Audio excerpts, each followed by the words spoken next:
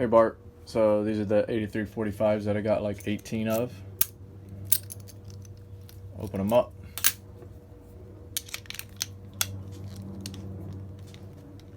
Take out the little screw.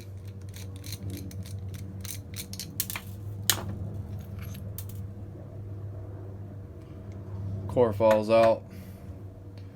That little guy comes with it. That's maybe key retaining. Not real sure. Don't really give a shit either.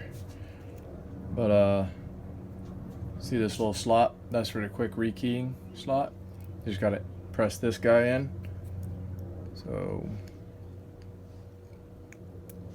press that guy in, turnums, hit turnums, and then boomsies. Got all those. Dump out those. Put in the new keys. Set her back up. She's all set to go.